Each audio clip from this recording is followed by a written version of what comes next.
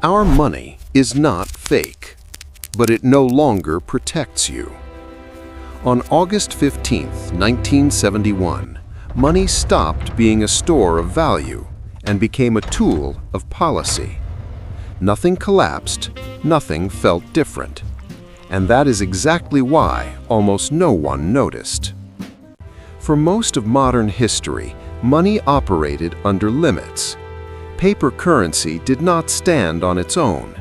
It represented a claim, a promise that could be exchanged for something tangible: gold, silver, physical reserves held by governments. Those reserves mattered because they imposed discipline. If too much money was issued, reserves declined.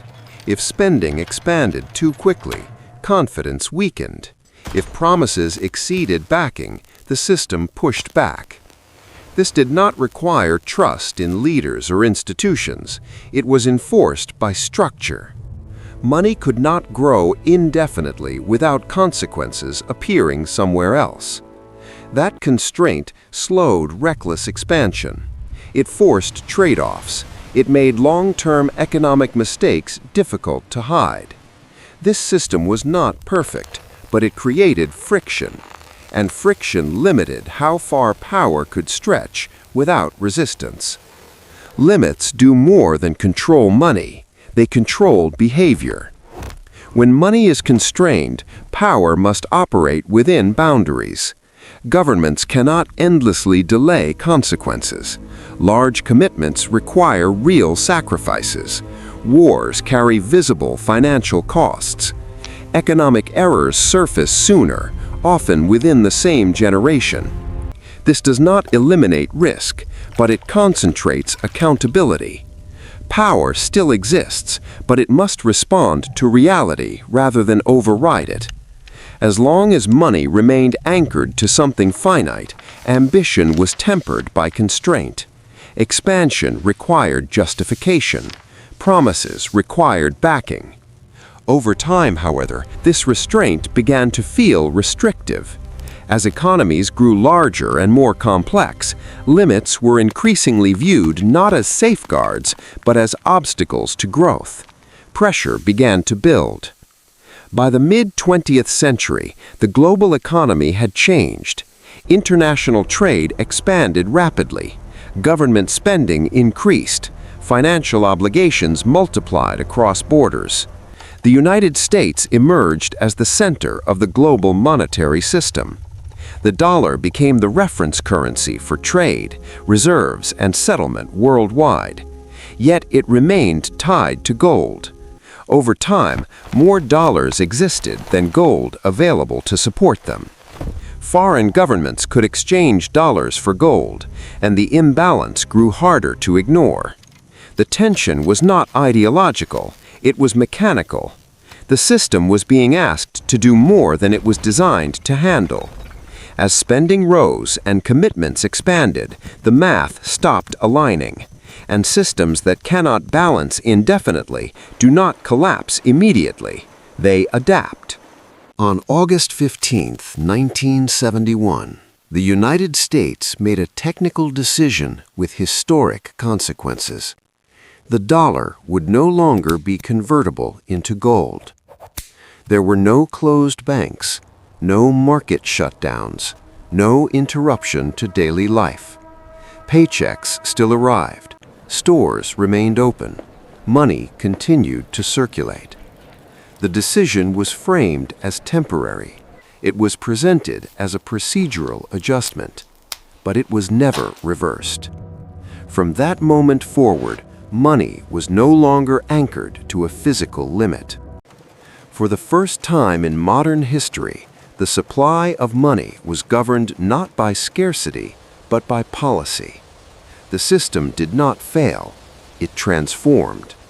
And because everything continued to function normally, the transformation felt invisible. Here is the critical detail.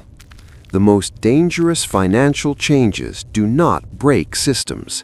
They redesign who benefits from them. When money lost its limits, stability increased in the short term, but the rules of distribution quietly changed. That shift matters more than the event itself. After 1971, money did not become meaningless, it became managed.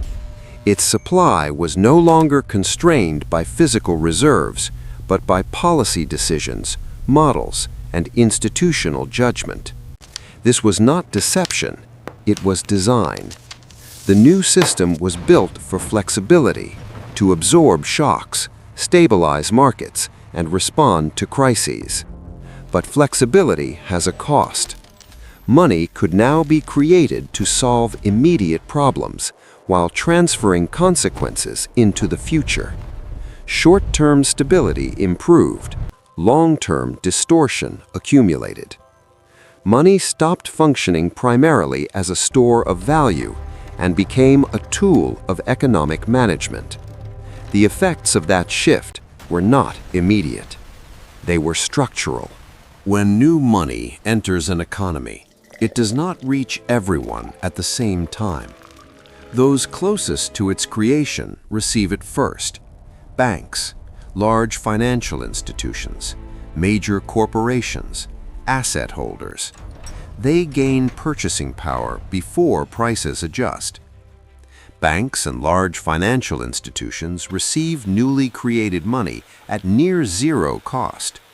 By the time that money reaches households through wages or cost of living adjustments, the price of housing, education, and everyday essentials has already moved higher. Those farther away, wage earners, savers, people living on fixed incomes, receive the money later after prices have already risen. This dynamic is known as the Cantillon Effect. It is not a conspiracy. It is not a moral judgment. It is a distribution mechanism. In a system where money can be created flexibly, the point of entry matters more than the total amount. Assets inflate first. Stocks, real estate, financial instruments. Wages adjust slowly. Over time, wealth concentrates around those closest to the source of new money, while purchasing power erodes for those who are not. This is why inequality can rise even during periods of economic growth, not because money is fake, but because access to it is uneven. Over decades, the pattern becomes visible. Asset prices rise faster than wages. Debt expands more easily than income. Savings struggle to keep pace with inflation. What once required exceptional conditions becomes normal. Borrowing becomes routine. Asset ownership becomes critical for wealth preservation. Those who hold appreciating assets stay ahead of inflation. Those who rely primarily on wages fall behind. This is not the result of individual failure. It is a structural outcome of a system where money creation favors certain pathways. The system rewards proximity to capital more than productivity alone. Understanding this shift explains why asset bubbles recur and why financial markets can grow disconnected from everyday economic experience. Humans react to sudden shocks, not gradual change. Money continued to work. Life continued uninterrupted. The system required participation, not understanding. Because the effects unfolded slowly, they felt normal. Quiet systems reshape behavior more effectively than dramatic events. By the time the consequences became visible, the structure itself had become familiar. And systems that feel familiar are rarely questioned. Money did not disappear in 1971. It changed how it functions. The shift was not about deception, but about control, distribution, and incentives. Understanding this system is not about fear, it is about awareness. Because when you understand how money works, you understand how power moves through the economy. This channel exists to decode systems like this, calmly, clearly, and without noise. Understanding is the first step towards protecting yourself inside the system you already live in.